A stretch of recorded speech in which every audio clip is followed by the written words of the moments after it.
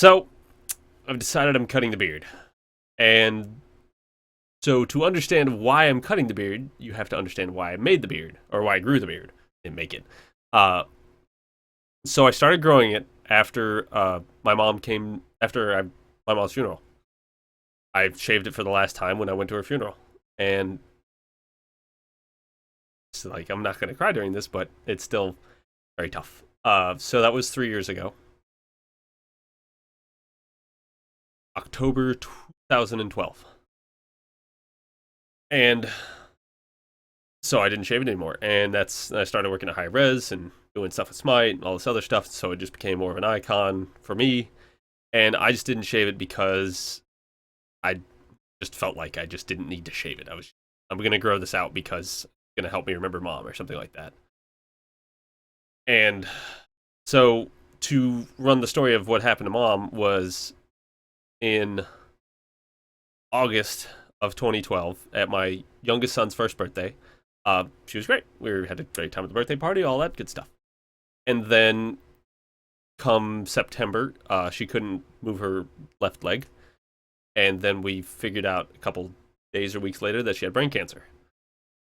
And so from there, it started progressing really fast. I mean, obviously, you know the end of the story because I already told you that from the beginning. So at that point, we were like, she might have a couple years, maybe 5 to 10, depending on how hard it is with the cancer or with the treatments and stuff like that.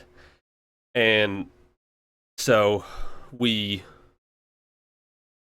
just started. I started taking her. Like I started working like 2 or 3 days of work a week at the shop, and so I could take mom to her appointments and take her shopping, go out and do stuff, pick them up, go. I was basically mom's caretaker. And it was appropriate for me to do it because I lived at home the longest of all of my brothers. I have 2 older brothers, and one of them's up in Charlotte. He did a lot of the stuff. He was doing a lot of like the medical research. My oldest brother was doing a lot of other emotional and other support. He was running around doing things that I couldn't do, etc. And also gave me time to go to work. And so, then about 2 or 3 weeks passed, and we found out that it was like it's a glioblastoma. And like I said, this is depressing. So if you don't want to be sad, and this is why I'm explaining all the things about the beard and why it is so significant to me and why I'm taking it off. And so if you don't like that, you don't have to watch. So another 2 or 3 weeks passed. It was a glioblastoma, which is a type of incurable brain cancer. And so her odds of surviving went from years to months. And so we were like, well, yeah, lots of...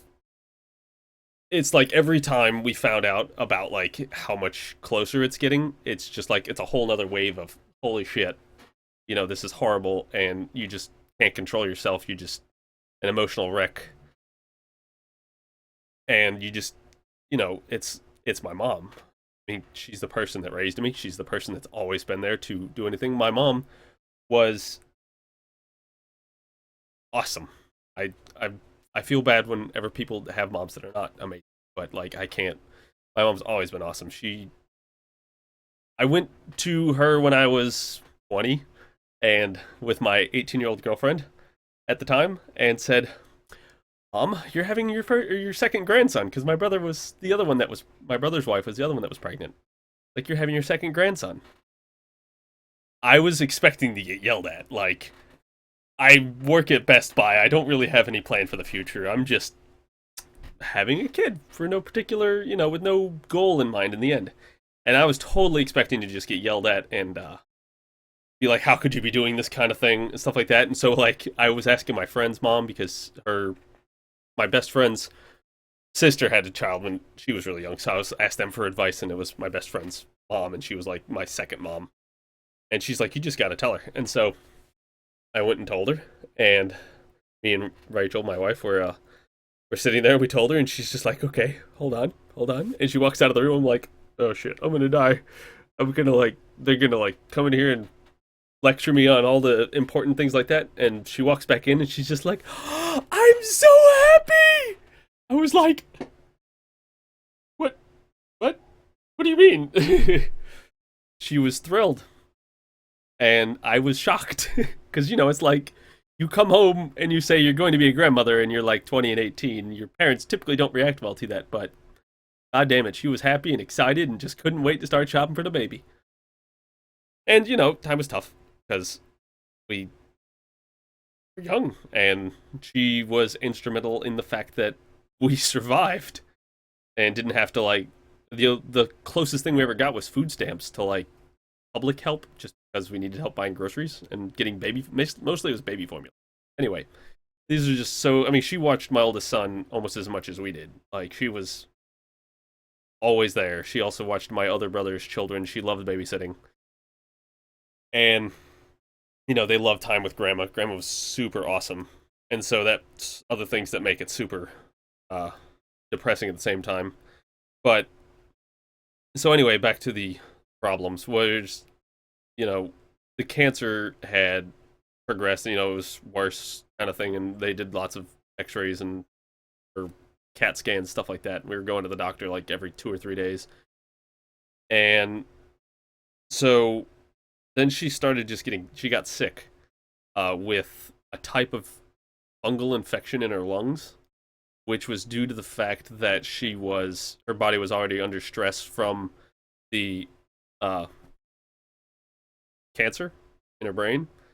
And so what was now 3 to 5 months of life expectancy turned into maybe a week. And so then she ended up going to the hospital up in Charlotte because it was one that had a better cancer place. And they started treating her with all sorts of antibiotics and things like that to try and get the fungal infection to go away, because hopefully we can get some more time or something like that. And so like we were taking turns, me and my brothers and my dad were all taking turns. She was never left alone the entire time. Somebody was always there. It was either me, my dad, my brothers. Somebody was always there. And for a while, my aunt came down. She stayed with her, and like the rest of our family all came down, stuff like this. And so she spent about a week in the hospital before she passed away. And it got like I'm spending the night there in the hospital. I'm just sitting there watching my mom die. And it's just like, what can you do?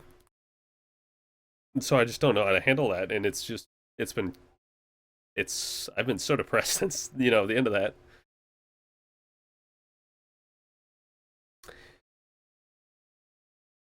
And I remember the last thing I told her before I left, because we had to go home, and it was not a sure, like, like she's definitely going to go 8 o'clock tomorrow or something like that. So we all had to kind of keep living our life, but we were all trying to be there at the same time, and we didn't know if it was going to be another couple days or if it was going to be today, maybe it was going to be tomorrow. And so, my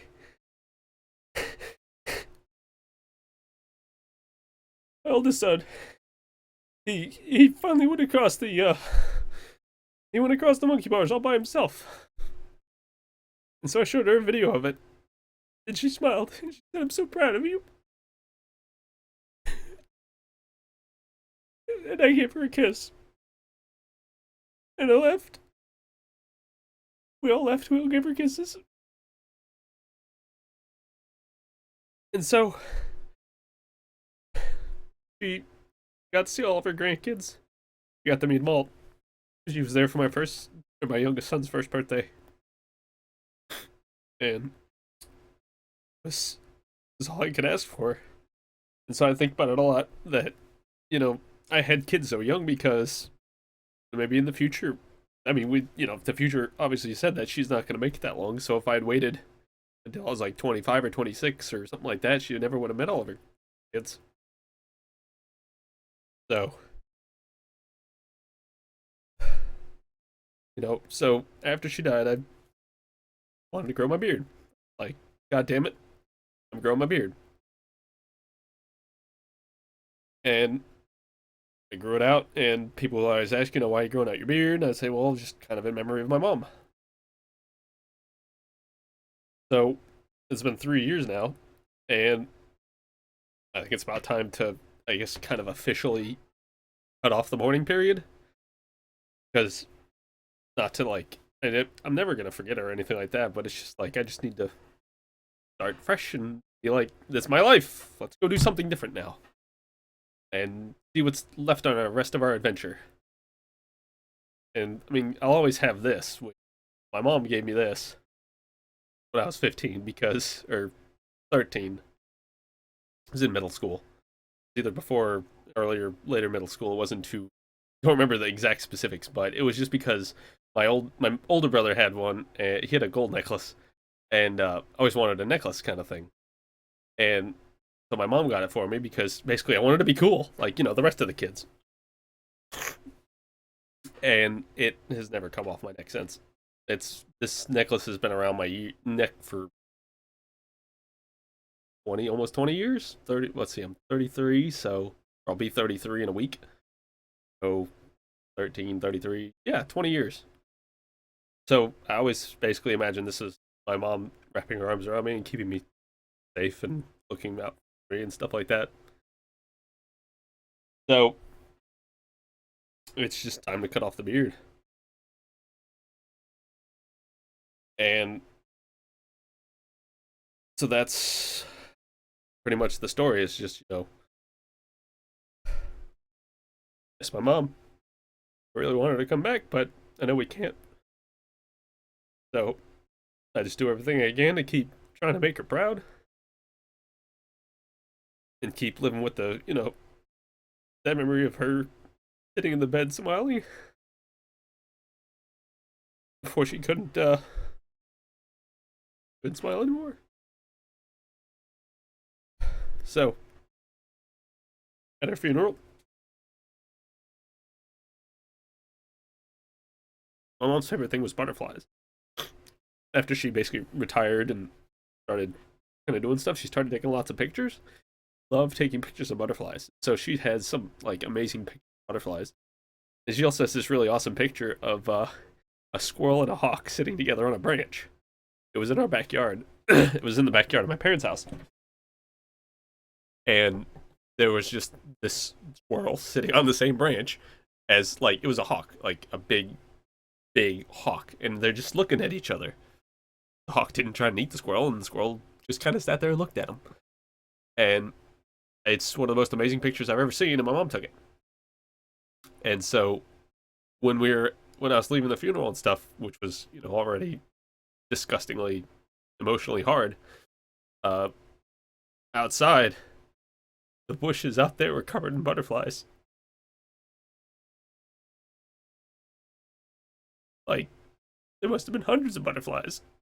I've never seen so many butterflies in one spot.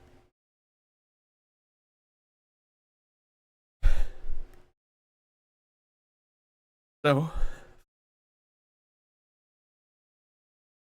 just all the stuff that I've held in, not really talking too much about it.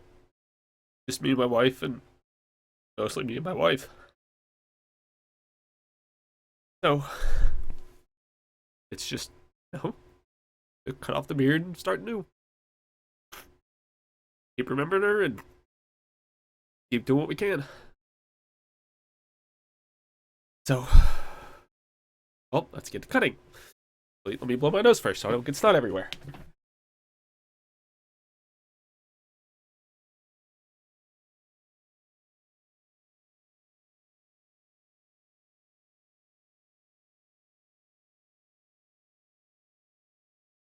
Oh, got my knife.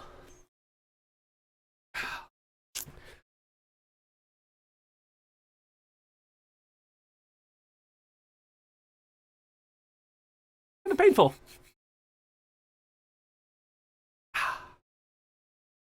Yo. Nope.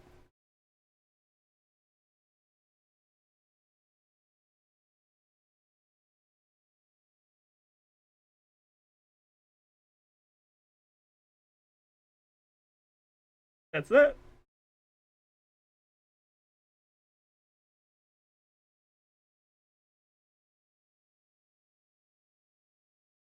Also, thank you guys for being so supportive. Actually, it's not too bad. Like the little kind of tips there. I don't know. They all like auction it off or something to give the money to brain cancer or something. That I can't ask for a better community and stuff because you guys are amazing. Actually, this will be funny because my youngest son never seen me without the long. Well, he's seen me without the beard, but he's like too young before I started growing it out. Not gonna remember what it's like. But he's been asking me to cut it lately. So at least I won't get caught on stuff anymore.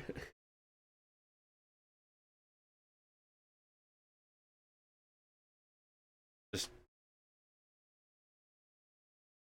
it's like before this, I've never lost anybody really that I knew. Like some of my friends, like my best friend's brother, he got in a car accident and died, but his brother moved out and moved away years and years ago, and so it wasn't like super detrimental to my current life situation. The Up until that point, it like the most emotional thing I had lost was my dog, which was just 2 years earlier. She was the dog I got when I about the same time I got my necklace. I was like 13. Got it because I wanted a dog and went out and got a dog, and she was 15 years old. She was the greatest thing we all had. My parents loved her. Everybody loved her. She was a yellow lab, and she was the greatest thing dog we've ever had. Blah blah blah. You know, always the same way. But she, when I moved out, she started. I left her at home because I didn't want to force her to live in an apartment, and she always slept on my mom's side and watched over my mom.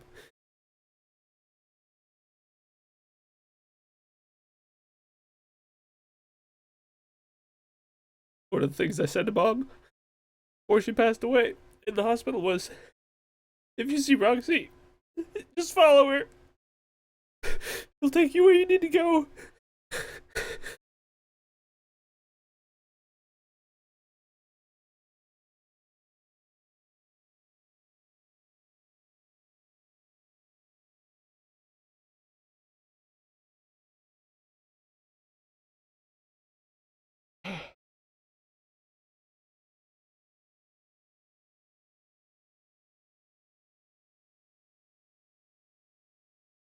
So, for anybody that's lost someone out there, just try to find people to help you with it because you can't do it by yourself.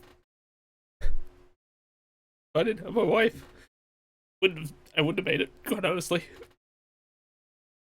Gotten so hard at times. It's just like I just want to join my mom.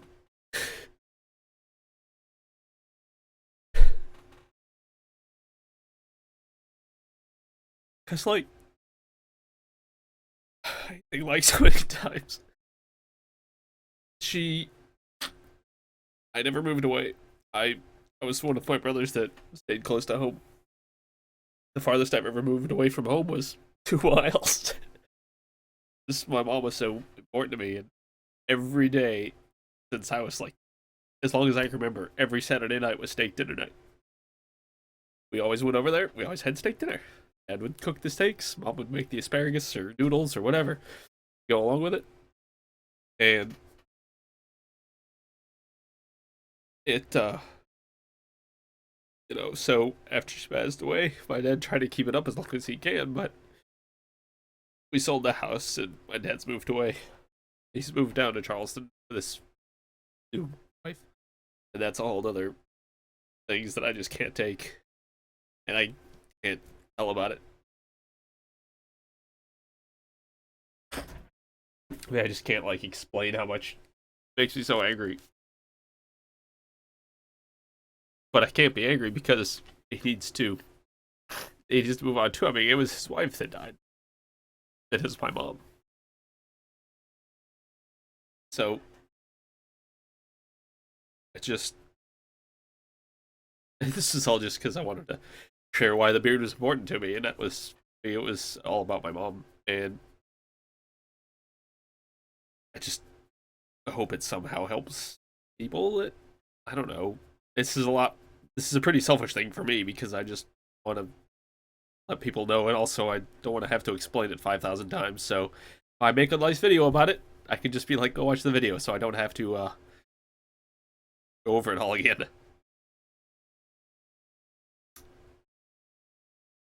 I think about it. So I guess at this point, does anybody have any questions or anything? I can't.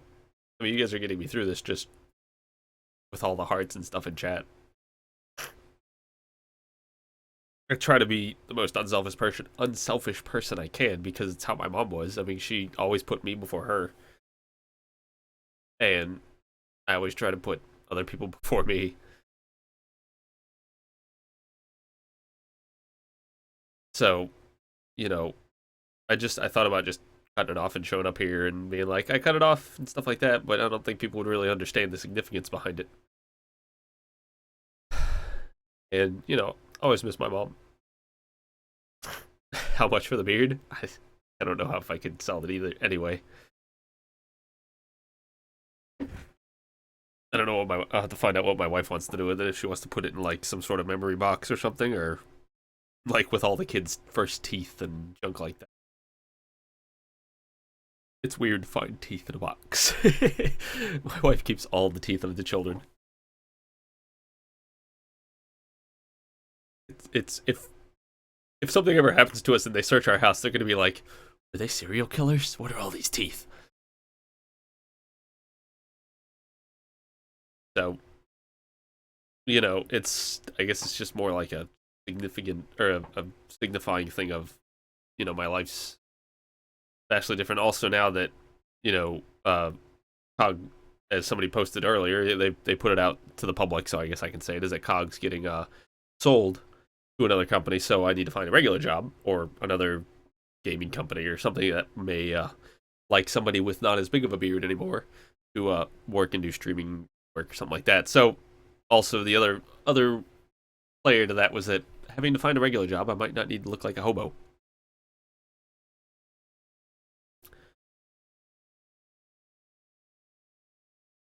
I've spent the past 3 or 4 days debating on whether I wanted to do this on stream or just record it or just do it.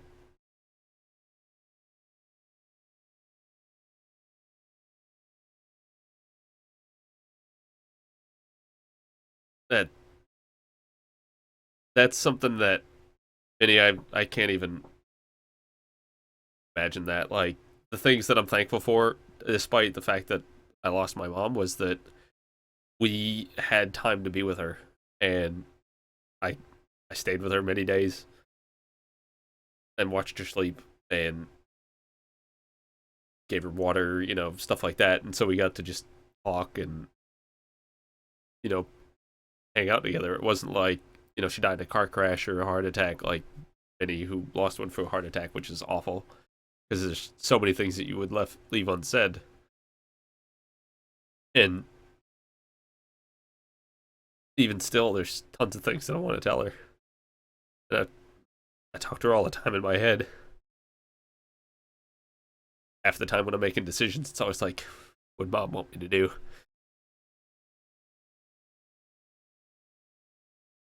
So it's been a very rough past 4 or 5 years because I lost my dog, and then my mom, and my grandfather on my dad's side. My grandparents on my mom's side have been gone for a long time. My grandfather died when I was like Grandpapa, as we called it. He died when I was like 5, and he was 90, so he's like 92. He was born in 1892 when he was born, so he fought in World War One. And one of the things my mom told me that he's just like Grandpapa was in the trenches fighting in World War One, and all of his friends get killed around him, and he made it out alive. Like I says, don't take anything for granted. If something's got a plan for you, it's going to happen or not. So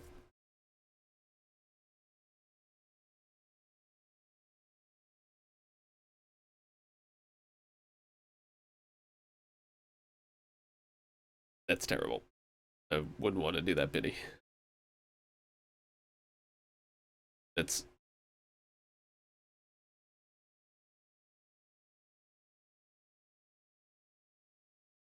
well. I'm gonna go ahead and stop the recording here at least. So if you guys have any comments or anything you want to say, just I guess leave it in the comments, and I'll probably read through all of them. So thank you for watching, and I hope this helps anybody. If you can always hit me up on Discord or TeamSpeak if you want to talk about something. Cool. I like helping people. Half the reason why I'm so poor. Thanks for watching.